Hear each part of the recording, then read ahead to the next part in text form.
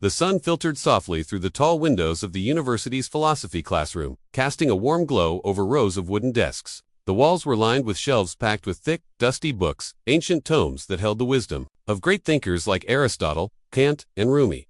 This was a place meant for reflection, for deep conversation. But today, the usual calm atmosphere felt charged with anticipation.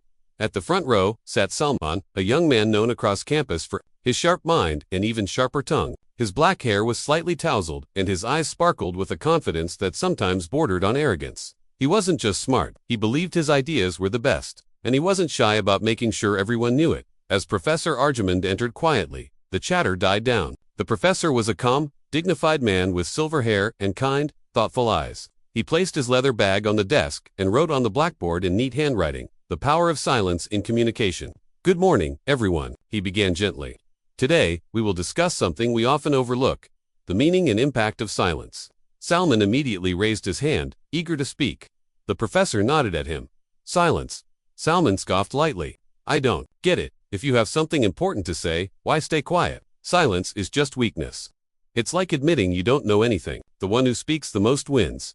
In debates, in life, the professor said nothing but gave Salman a patient look.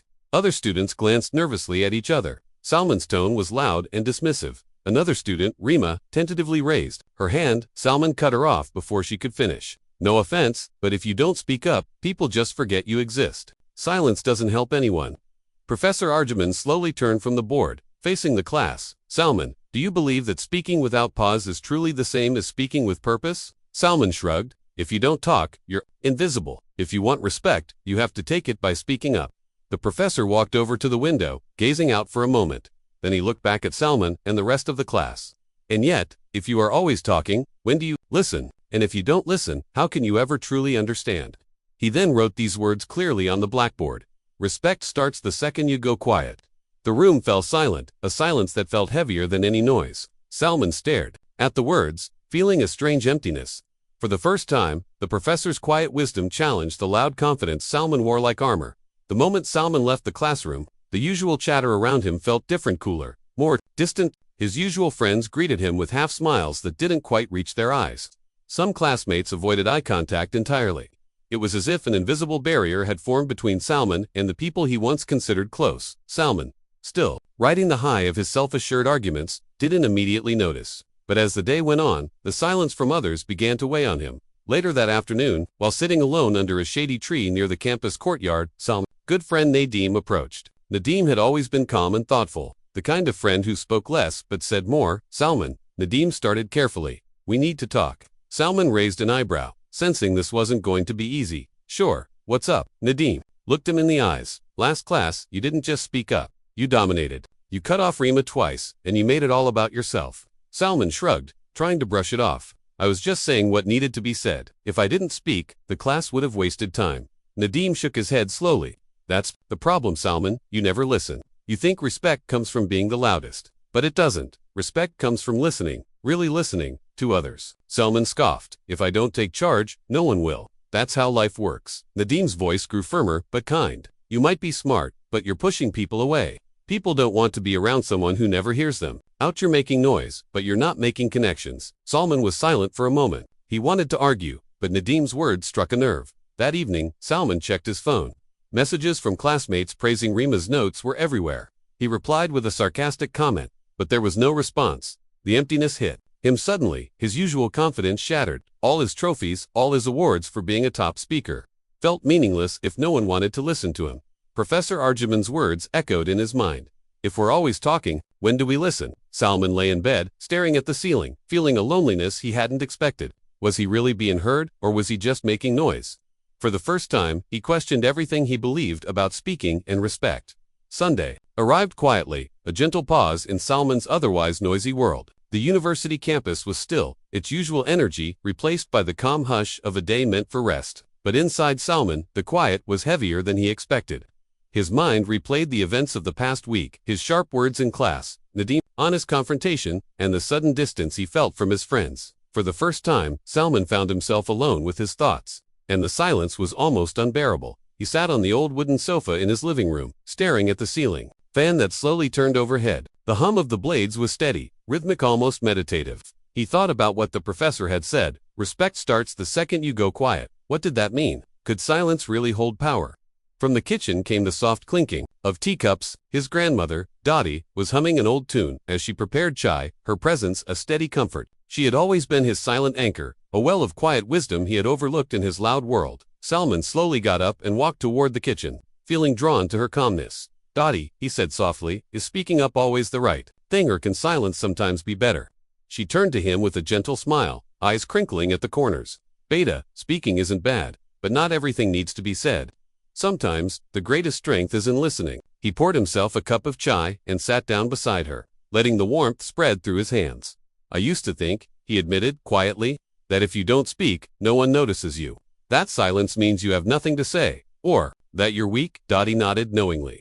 Many think that way, but the river is a good example. The deepest rivers are often the quietest. They don't shout or make noise, but they carry the most power. People who speak less and listen more, they understand others better. And when they do speak, their words carry weight. Salman took a slow sip of his chai, the warmth soothing more than just his hands. So, you're saying, he whispered, that being quiet doesn't mean giving up, but gaining strength in another way. Dottie smiled. Exactly. Beta, true strength is in patience, in understanding before responding. Sometimes, the loudest voice is ignored, but a few wise words said quietly can change everything. Her words settled in Salman's heart like seeds planted in fertile soil. He realized that for years, he had mistaken noise for power. He had spoken so much, but had he truly listened? Had he understood anyone? The answer was no. That day, in the quiet company of his grandmother and the gentle steam rising from his chai, Salman found a new kind of strength, the strength of silence. For the first time, silence didn't feel like emptiness. It felt like possibility. The next Monday morning, the university campus was alive with the usual buzz. Students hurried between classes, their conversations weaving through the air like a gentle hum. But Salman felt different as he walked through the crowded hallways. The urge to dominate every conversation, to be the loudest voice in the room, was no longer there. Instead, he moved with a quiet confidence, like someone who had discovered a secret. He entered the philosophy classroom and took a seat not at the front, as he usually did, but a few rows back. The air felt different today, charged with possibility. Professor Arjuman stepped in, his calm presence filling the room. He smiled at the students and wrote a question on the board in his neat handwriting. Can silence ever be more powerful than speech? The professor turned to face the class. Let's have an open discussion. Who would like to share their thoughts? Rima raised her hand first. Salman watched as she spoke softly but clearly, explaining how silence can create space for understanding. When someone listens without interrupting, it shows respect. It allows the speaker to express themselves fully, which is more meaningful than just hearing words.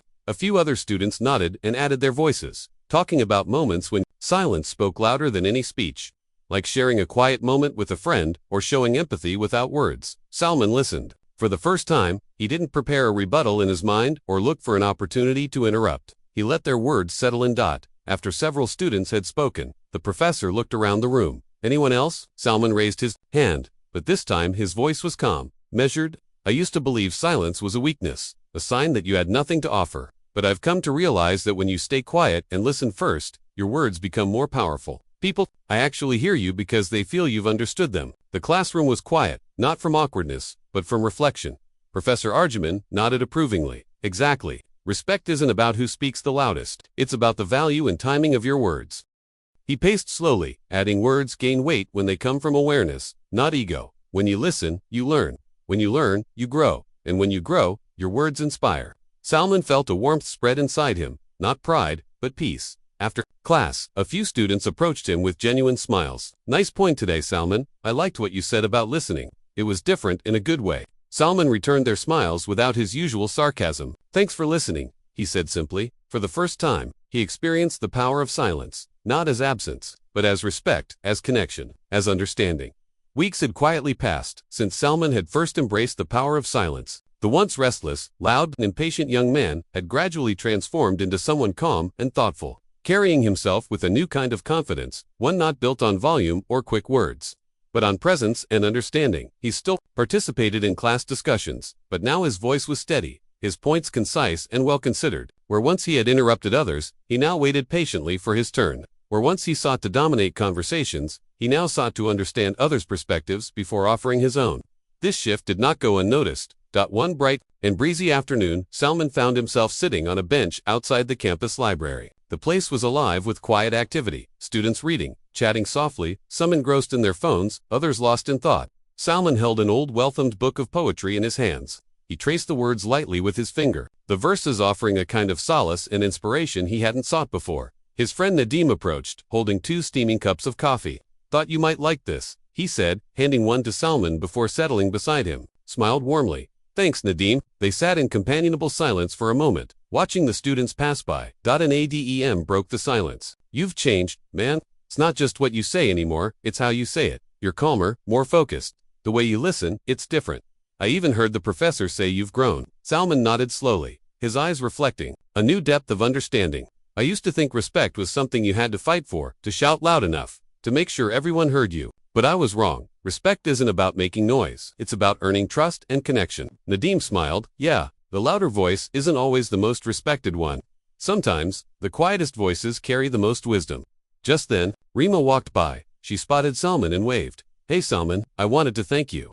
Your feedback on my essay really helped me improve it." Salman looked up and smiled genuinely. "I'm glad it helped, Rima. You did a great job." She beamed and continued on her way. Watching her walk away, Salman felt a sense of quiet pride, not pride born of ego, but of true connection and respect earned through sincerity and listening. Later, that evening, Salman sat at his desk in his small, cozy room. The soft glow of a desk lamp illuminated his notebook, where he carefully wrote in bold letters, "Respect starts the second you go quiet."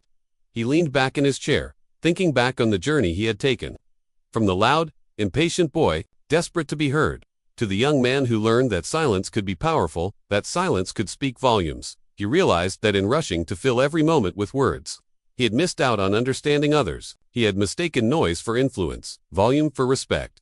Now, he understood that respect is something you give by listening, by waiting, by valuing others' voices alongside your own. The sunset outside his window painted the sky in shades of orange, pink, and purple, a perfect ending to a day of reflection. Salman closed his notebook, feeling a peace he had never known before. He didn't need to fill the silence with words anymore. The silence itself was enough, a powerful space where respect, understanding, and true connection lived. For the first time, Salman felt truly heard.